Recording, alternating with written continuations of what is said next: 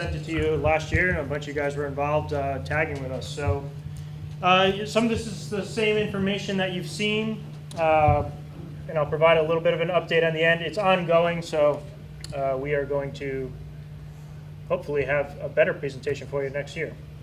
But the big thing is we're trying to understand the summer flounder movement within Rhode Island waters and surrounding waters with the acoustic work. The conventional tags that you guys are doing, that's more of a mark and recapture. Usually by the time they're caught, they're harvested and that tag's removed. If it is an undersized fish, we hope that people take a picture of it, report it. We've had quite a few reports. Some people are a little bit confused and they do remove the tag and let the fish go. If you do catch one with a tag and you don't want to keep it, let it go. Keep the tag in it. It'll be more valuable that way. And then the other part of this is analyzing some of the fisheries data that we have both in-house, regionally, and other state surveys that collect summer flounder information. So a big part of it is our trawl survey, which the seasonal one's been going on since 1979, and we have a monthly survey that's been going on since 1990, specifically targeting or focusing on Narragansett Bay. Again, the tagging, you just want to identify the migration, seasonality, and movements within Rhode Island waters, and the consistency of these movements. We want to see if these fish are returning, if they're going to the same areas, or if they're just going to our neighboring states. It's really important information to understand for fisheries management purposes, stock assessment purposes, and this will just contribute to that body of knowledge. Some of the movement ecology and time series analysis, again, that's going to look at some of that survey data that we have.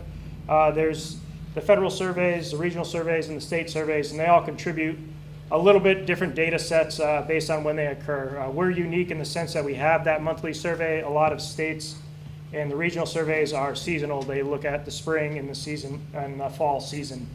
So they actually miss a little bit that we do capture in Rhode Island waters. And again, this is to help fisheries manager craft future regulations that'll improve the stock health, but also enhance recreational opportunities within the state. So in the training last year, some of you guys took some of the kits that we had. They came in a box like this. Again, if you're interested in doing this, just come to the back of the room after this presentation. I have some more data sheets if you already have a kit. And we'll be coming back probably next month or the month after with more kits for people that don't have them, and to do another demonstration and training of how to do the tagging for those who want to be involved. And this is just an example of how to fill out those data sheets. So this is your volunteer duties. We just need you to fill out the data sheets and fill out all the fields. I'll have an example of it in the next slide. And to send the data in, all we ask is that you email or text it. There's a QR code and all the information on the data sheet, where to send it. And then we'll send a confirmation email back or a text just saying that we received it. I'll get to the next part of it. So this is just an example of how to fill that data sheet out. It's pretty simple. There's actually an example line on there to show you the information that we're looking for. If you could get all that information, great. If you can't get the weight, an estimated weight is fine. Length is very important. And then we don't ask for weight, but if you do have weight, you could always write that on the side as well. I'm sorry, we got that. So in 2025, this is what we got. We had 12 volunteers, including charter boat captains and recreational anglers. Between all those, they tagged 277 fluke. We're shooting for 500, but it was our first year in it, so we're hoping for more this year, and we're tagging on our end as well. That 277 doesn't include what we tagged. So we've had 15 recaptures, including inshore and offshore. In the past probably 2 months, we've gotten a couple from the draggers that are out on the shelf right now, which is really nice to see. That's what we always expect those fish to do, and that's what they're doing. And then we have 6 recaptures without reported releases. So this is an important plug. If you have a data sheet that you have not sent in to us, even if you still have tags left, please send it in for this past year, and I'll give you a new data sheet. Because if we are just getting tags back without any associated information, it's really not valuable because we don't know what that tag is connected to. So please get those in. And again, I have extra ones in the back, so after this I'll stick around for a few minutes and give you data sheets if you need them. And our number one tagger was Mike O'Grady of the Fishing Machine Charters. Thank you. Are you here? No. So, but yeah, so it's really, really helpful, and we really appreciate everybody helping out with this project. For the acoustic portion, this is just me putting an acoustic tag on one of the Fluke. We got out about 40 of those tags last year. We're hoping to do at least 60 this year, if not more. This is a little bit different than that mark and recapture. This will give us data for at least 2 to 3 years until the tag battery runs out. And anywhere that fish swims where there's an acoustic receiver, which they're everywhere now, if it gets within range of that receiver, it'll ping off of it, and it'll give us really accurate movement information on these fish.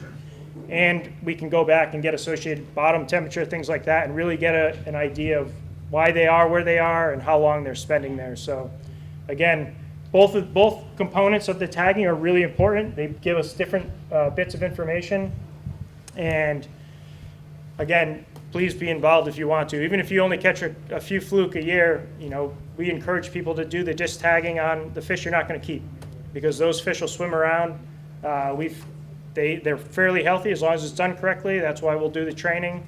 And they'll swim around with these for years. And as long as they don't get scuffed up and worn out, we should be able to read the information, and hopefully for years to come, we'll get tags 5-6 years from now. So, and again, if you have any, this is the email that you can send those data sheets to if you have any. And then these are all of our contact information. Every one of these people is involved in the project, so we'd be happy to answer any questions you have. And like I said, I'll stick around. I can answer questions now, but I'll stick around if you guys need new data sheets and are interested in even just telling me that you're interested in being a tagger this year. Yep. So just like the disc tags are yellow and round, the acoustic tags have a large oval disc tag on one side with all the contact information, and then the acoustic tag is on the eyed side. So do you encourage fishermen to release the ones with acoustic tags? We do, but that doesn't, we don't prevent anybody from keeping a fish if they want to, and we've gotten a few back from the fish houses that they're landed on a commercial vessel, and we just get the tag back. But again, we get a lot of value information from that, and if it's a newer tag, we can actually reuse that tag and redeploy it. Any other questions? Yeah? Is it just Rhode Island waters, or? We'd want people from Rhode Island doing it in Rhode Island waters, but if you are going into federal waters and fishing, you can participate as well. Because the idea is that we're hoping those fish would migrate into our waters if you're leaving from Rhode Island. If not, that's also valuable information. So it'll provide us movement and migration information. So. Not if you're going to like New Jersey, though. We don't really. All right. Thank you. Like I said, I'll stick around if you need data sheets.